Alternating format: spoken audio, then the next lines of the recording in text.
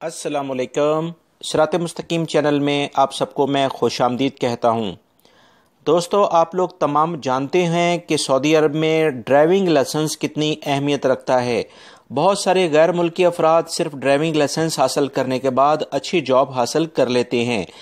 लिहाजा इस driving licence के बारे में तमाम गैर मुल्की अफराद को बाखबर होना बहुत ज़्यादा ज़रूरी है, क्योंकि महकमा ट्रैफिक ने एक अहम इत्तला शेयर की है जिसका जानना आपके लिए बड़ा फ़ायदेमंद होगा।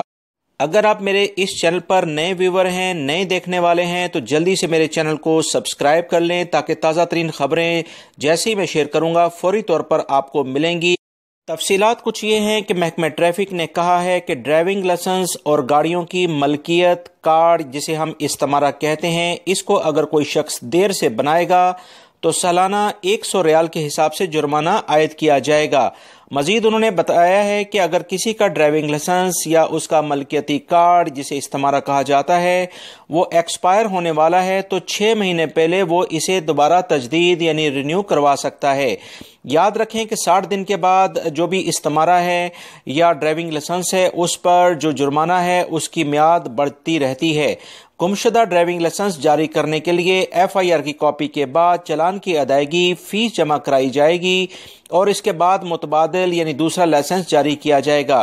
ट्रैफिक जुर्माने हर सूरत में अदा करने होंगे, उसके बाद ही ड्राइविंग लाइसेंस या इस्तेमारा तजदीद होगा।